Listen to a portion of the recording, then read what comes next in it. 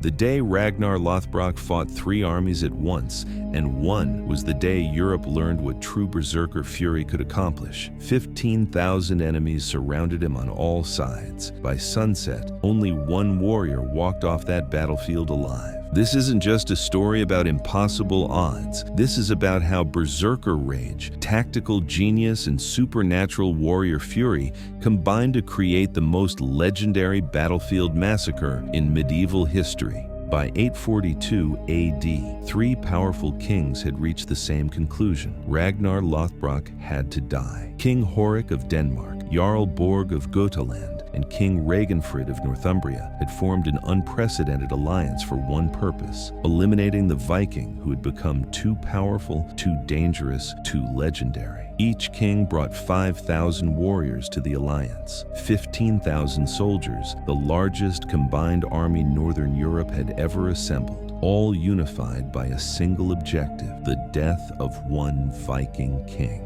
Intelligence reached Ragnar too late. By the time he understood the scope of the alliance against him, the 3 armies had already coordinated their movements, cutting off his escape routes, isolating him in the valley of Stamford, where he had camped with minimal forces. His main army was scattered across raiding expeditions. His ships were days away. His allies were unreachable. For the first time in his legendary career, Ragnar Lothbrok found himself truly alone against impossible odds. But isolation didn't breed desperation in Ragnar. It awakened something far more dangerous. As 15,000 enemies closed in from 3 directions, the legendary Viking king felt the familiar fire building in his chest, the supernatural rage that had made him legend. Today, Europe would witness what happened when a true berserker faced impossible odds with nothing to lose. Vikings. Before we witness Ragnar's impossible berserker fury, help us build the strongest Viking community on YouTube. Hit that subscribe button and ring the notification bell.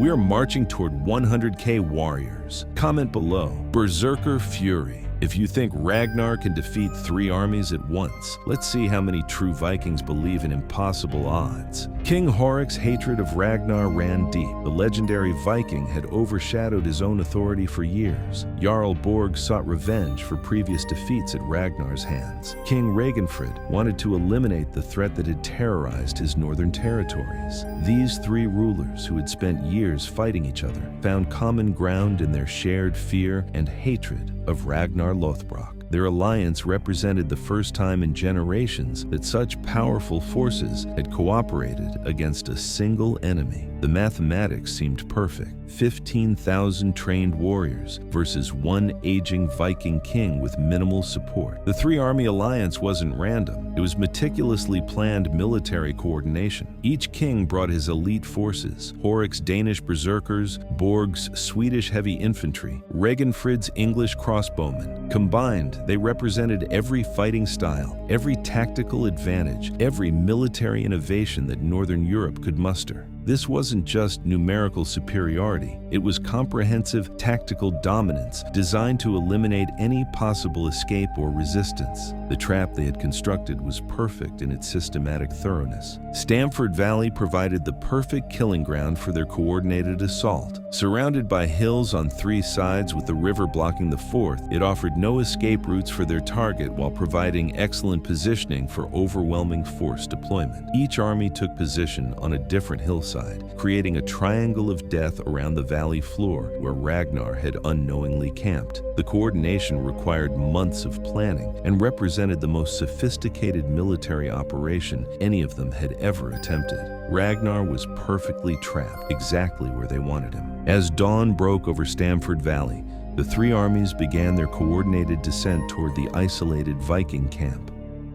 15,000 warriors moving in perfect synchronization, banners flying, weapons gleaming, victory seemingly assured. From his position on the valley floor, Ragnar could see the impossible scope of forces arrayed against him. Every direction offered only death. Every path led to overwhelming enemy numbers. Every tactical option ended in mathematical impossibility. This was the moment his enemies had planned for months, the legendary Viking king's inevitable destruction. Standing in his camp as 15,000 enemies approached from 3 directions, Ragnar Lothbrok faced the mathematical reality of his situation. His small camp contained perhaps 50 warriors. The approaching armies outnumbered him 300 to 1, but as he watched the massive forces converging on his position, something unexpected happened. Instead of fear or desperation, Ragnar felt the familiar fire building in his chest, the berserker fury that had made him legendary. His piercing ice-blue eyes began to blaze with supernatural light as the rage awakened. In that moment of perfect isolation, Ragnar raised his voice in the ancient berserker call to Odin. His words echoed across the valley, reaching both his few remaining warriors and the thousands of approaching enemies. "All-Father!" he roared, his voice carrying supernatural power. "Grant me the fury of the wolf, the strength of the bear, the rage of the storm. Let these enemies see what one true berserker can accomplish." The berserker transformation was beginning, and 15,000 enemies were about to learn why Vikings feared nothing. The change in Ragnar Lothbrok was immediately visible to everyone on the battlefield. His long, blonde, braided hair seemed to move with its own life. His piercing, ice-blue eyes began glowing with supernatural fire, and his massive frame expanded with berserker power. This wasn't ordinary battle rage. This was the legendary berserker fury that had made Vikings the terror of Europe. Ancient power flowed through his veins, transforming him from mortal warrior into something approaching divine weapon. The few Vikings in his camp felt the supernatural energy radiating from their king and knew they witnessed something beyond normal human capability. Even in berserker fury, Ragnar's tactical genius remained sharp. His supernatural rage enhanced rather than replaced his strategic thinking, creating a combination that had never been seen on any battlefield. He analyzed the approaching armies with berserker-enhanced perception, identifying weaknesses in their coordination, gaps in their formations, opportunities that normal tactical thinking would miss. The berserker fury gave him supernatural strength and speed. His tactical genius gave him the ability to use that power with devastating precision. Ragnar equipped himself for the impossible battle ahead. His legendary sword, his battle axe, his war spear, his wooden shield.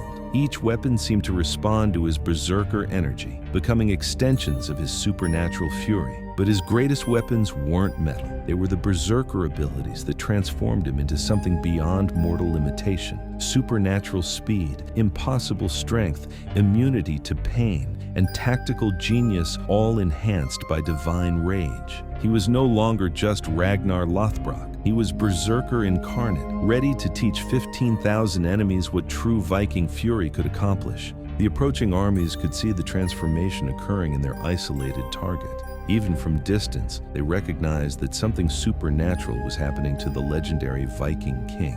Veterans among the 3 armies had heard stories of berserker fury, but few had witnessed it personally. The supernatural energy radiating from Ragnar's position created an atmosphere of dread that began affecting enemy morale. Some warriors slowed their advance, others tightened grips on weapons. All sensed they faced something beyond normal combat experience. The very atmosphere around Stamford Valley seemed to change as Ragnar's berserker fury reached full intensity. The air itself felt charged with supernatural energy. Animals fled the area, and an otherworldly silence descended despite the approaching armies. This was more than individual transformation. It was environmental change created by the presence of true berserker power. The battlefield itself was being prepared for something that transcended normal warfare. 15,000 enemies were approaching a supernatural storm that had taken human form. As the 3 armies completed their encirclement of the valley, Ragnar Lothbrok stood ready in its center.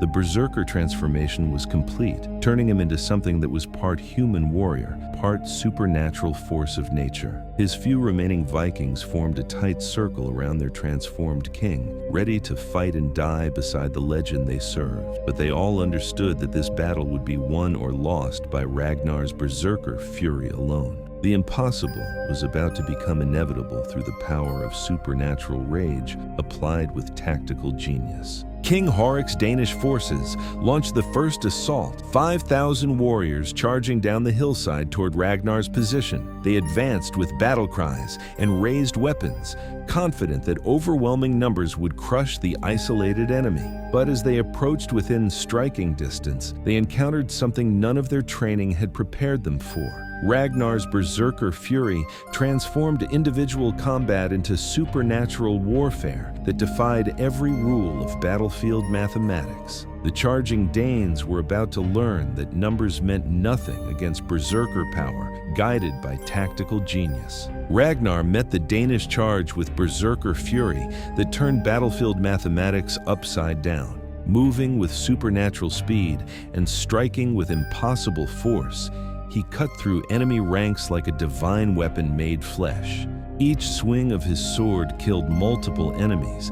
Each thrust of his spear penetrated several warriors. Each strike of his axe created gaps in enemy formations that normal humans couldn't exploit. This wasn't combat. It was systematic destruction performed by Berserker power that transcended mortal limitations through supernatural rage. King Horik's warriors had expected to overwhelm a single enemy through superior numbers.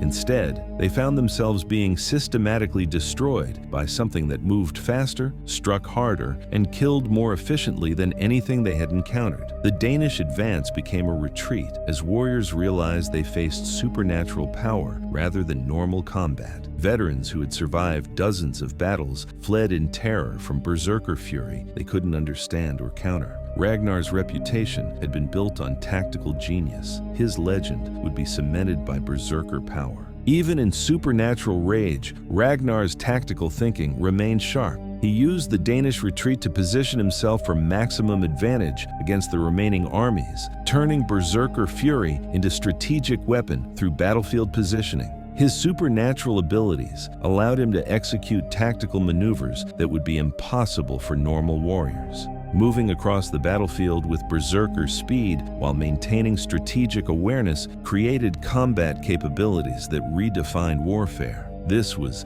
tactical genius enhanced by supernatural power, the perfect combination of mind and Berserker fury. Witnessing the Danish retreat, Jarl Borg knew his Swedish heavy infantry faced something unprecedented, but retreat was an option. The alliance depended on eliminating Ragnar, and 5,000 warriors should still overwhelm any individual opponent. His heavily armored troops advanced with systematic discipline, shields locked, spears ready, using formation tactics designed to counter individual excellence through coordinated defense. They believed systematic military thinking could overcome supernatural Berserker power through superior organization. Jarl Borg's heavy infantry charged in perfect formation, their coordinated assault representing the best tactical thinking Northern Europe could muster. Shields, spears, and tactical discipline against supernatural rage and tactical genius. But as they closed with Ragnar's position, they discovered that Berserker fury combined with strategic thinking created combat capabilities that transcended any defensive system they understood. The systematic destruction of the Swedish army was about to demonstrate that no military organization could contain supernatural power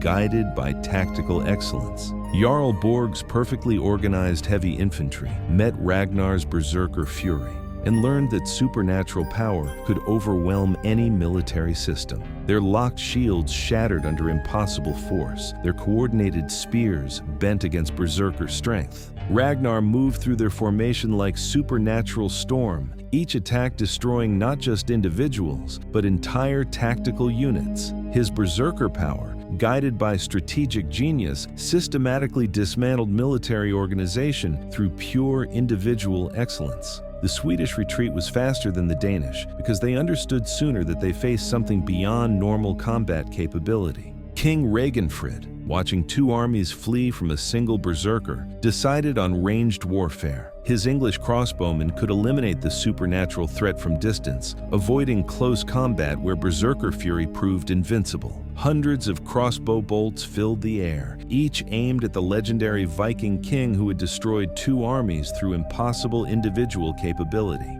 Mathematical thinking suggested that even Berserker power couldn't dodge that volume of projectiles. But they were about to learn that Berserker fury included supernatural awareness that transcended normal human reflexes. Ragnar's Berserker-enhanced perception allowed him to track every crossbow bolt simultaneously, his supernatural reflexes enabling defensive maneuvers that appeared to violate physical laws. Moving with speed that seemed to bend time itself, he avoided the impossible crossbow barrage while closing distance with enemies who believed ranged warfare would provide safety from his Berserker fury.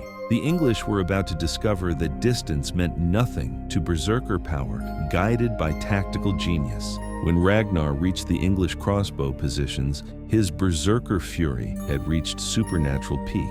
The archers who had believed distance would protect them found themselves facing something that moved faster than their eyes could track. The systematic destruction of King Ragnfrid's army demonstrated that Berserker power could overcome any tactical advantage through supernatural capability combined with strategic thinking. The English retreat became a rout as professional soldiers fled from individual excellence that transcended their understanding of warfare. Standing alone in Stamford Valley, surrounded by the debris of 3 defeated armies, Ragnar Lothbrok had achieved the impossible. 15,000 enemies had approached that morning. By afternoon, all 3 armies were in full retreat. His Berserker fury had proven that supernatural power, guided by tactical genius, could overcome any numerical disadvantage. Individual excellence had defeated systematic military organization through pure warrior capability. The mathematics of warfare had been rewritten by Berserker power applied with strategic thinking. As the dust settled over Stamford Valley, Ragnar Lothbrok stood alone among the evidence of impossible victory. His Berserker fury slowly subsiding, his tactical genius having guided supernatural power to legendary triumph. 3 kings had brought 15,000 warriors to destroy 1 Viking. Instead, they had provided him with the greatest tactical challenge of his career and enabled him to demonstrate that Berserker fury, properly applied, could overcome any odds. The battlefield was his, the victory complete, the legend cemented for eternity. The evidence of Ragnar's impossible victory lay scattered across Stamford Valley. Weapons, armor, and abandoned supplies from 3 armies testified to the most unlikely battlefield triumph in medieval history. Military experts who later analyzed the battlefield couldn't explain how 1 warrior had defeated 15,000 enemies. The physical evidence suggested something that violated every principle of warfare they understood, but the evidence was undeniable. Berserker fury, guided by tactical genius, had achieved the mathematically impossible. King Horik, Jarl Borg, and King Ragnfrid returned to their territories as men who had failed at an impossible task. Their perfect alliance, their overwhelming numbers, their coordinated strategy, all had proven inadequate against Berserker power. The political consequences of their failure rippled across northern Europe. The alliance that should have eliminated Ragnar instead proved his supernatural capability, cementing his legendary status through impossible victory. Their defeat became his greatest triumph, their humiliation his eternal glory. News of Ragnar's impossible battlefield victory spread across medieval Europe like wildfire. The story of 1 Viking defeating 3 armies became the stuff of legend, retold in courts from England to Constantinople. Military leaders struggled to understand how their tactical principles had been overcome by individual excellence. Religious authorities wondered if divine intervention had enabled such impossible achievement. The Berserker legend had transcended regional boundaries to become European-wide recognition of supernatural warrior capability. Ragnar's 3-army victory forced military thinkers across Europe to reconsider fundamental assumptions about battlefield mathematics. If individual excellence could overcome such overwhelming odds, what did that mean for traditional tactical thinking? The battle became a case study in how supernatural ability, guided by strategic genius, could transcend normal military limitations. Warfare academies studied the impossible victory, trying to extract principles from achievement that seemed to violate natural law. Berserker fury had been elevated from legendary stories to documented historical fact. Ragnar Lothbrok's victory over 3 armies became the defining moment of his legendary career. the achievement that proved Berserker fury, properly applied, could overcome any obstacle through supernatural power guided by tactical thinking. Kings across Europe learned to fear not just Ragnar's armies, but his individual capability. The knowledge that one warrior could defeat 15,000 enemies changed how rulers approached Viking threats. The Berserker King had achieved immortal status through impossible victory that redefined the possible.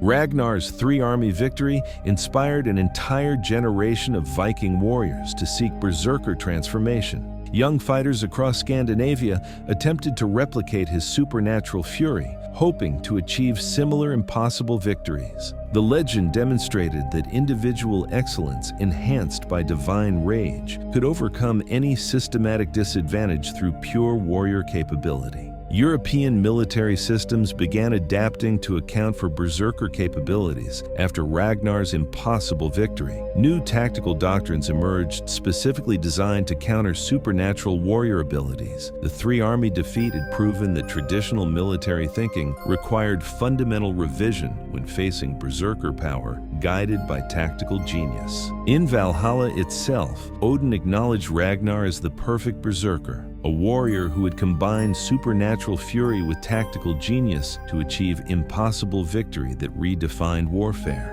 The Allfather's blessing had enabled legendary achievement that transcended mortal limitations through divine power properly applied. Stamford Valley became a pilgrimage site for warriors seeking to understand how impossible odds could be overcome through Berserker fury combined with strategic thinking. The battlefield where one Viking defeated three armies represented proof that individual excellence could transcend any systematic disadvantage through supernatural capability. From the blood-soaked earth of Stamford Valley emerged eternal truth. Berserker fury, guided by tactical genius, could overcome any obstacle through supernatural power properly applied to warfare. Ragnar Lothbrok had entered the battle as legendary king. He left as immortal Berserker, having proven that individual excellence could defeat any numerical disadvantage through divine rage channeled by strategic thinking. In the halls of Valhalla, even the gods acknowledged the perfect warrior who had demonstrated that true Berserker fury, combined with tactical genius, could achieve anything the mortal world declared impossible. The three armies came to destroy a legend. Instead, they provided the stage for the greatest Berserker victory in medieval history.